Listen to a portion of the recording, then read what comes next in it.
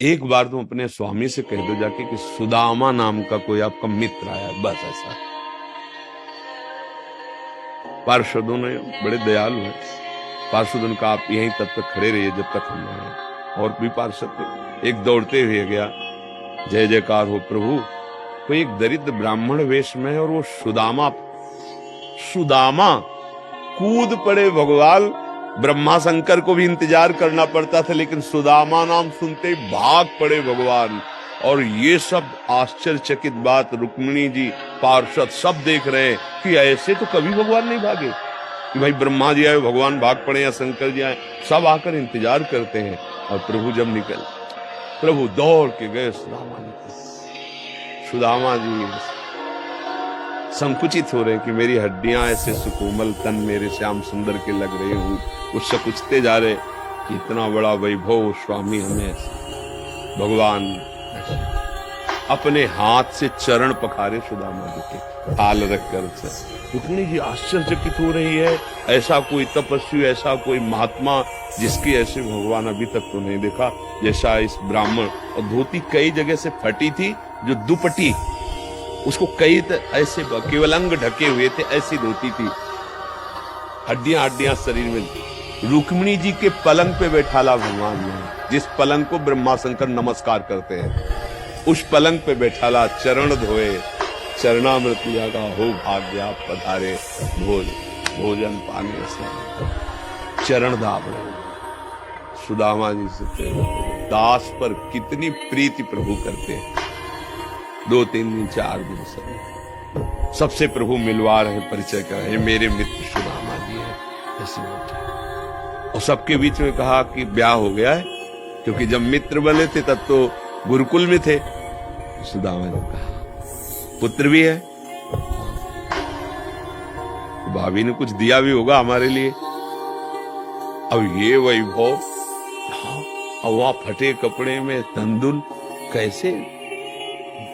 बोले देखो पहले चूक की थी, गुरु माता ने चले दिए थे हमारे लिए, और फिर चूक कर रहे हो, कुछ दिया है? अब भगवान ने ऐसे हाथ पकड़ा, उनका उठाया, इतने स्वादिष्ट कीमती वस्तु तुम छुपाए रखे हो।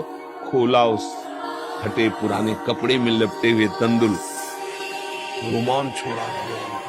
रुक्मिणी जी देख रहे कि ऐसी प्रसन्नता से तो 56 भोग भगवान नहीं पाते द्वारिका जी, जैसी इस गरीब ब्राह्मण के तंदुल पार है। दूसरी मुट्ठी ली, तीसरी में रुक्मिणी जी ने हाथ पर, प्रभु बस इतना काफी है कि 2 मुट्ठी में 2 लोग का वैभव सुदामा को। प्रगट में 25 पैसे भी नहीं दिए, एक भी वस्तु नहीं। 3-4-5 दिन आनंद लिए, तो फिर सुदामा जी से कहा कि भगवान ऐसे चले।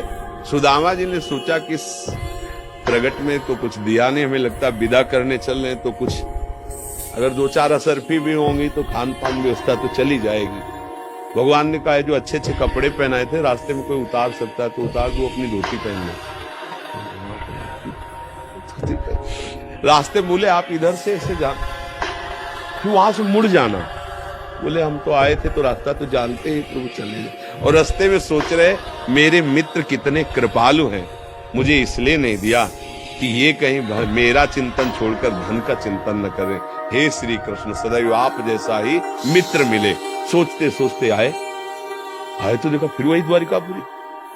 बोले मेरी बुद्धि मारी गई है कि वास्तविक यहाँ कोई रचना हो गई। यहाँ तो हमारी एक छोटी सी कुटिया थी, ऐसा देखा कि उनकी पत्नी जो है स्वर्ण थाल लिए दास दासियों से आरती उतारने।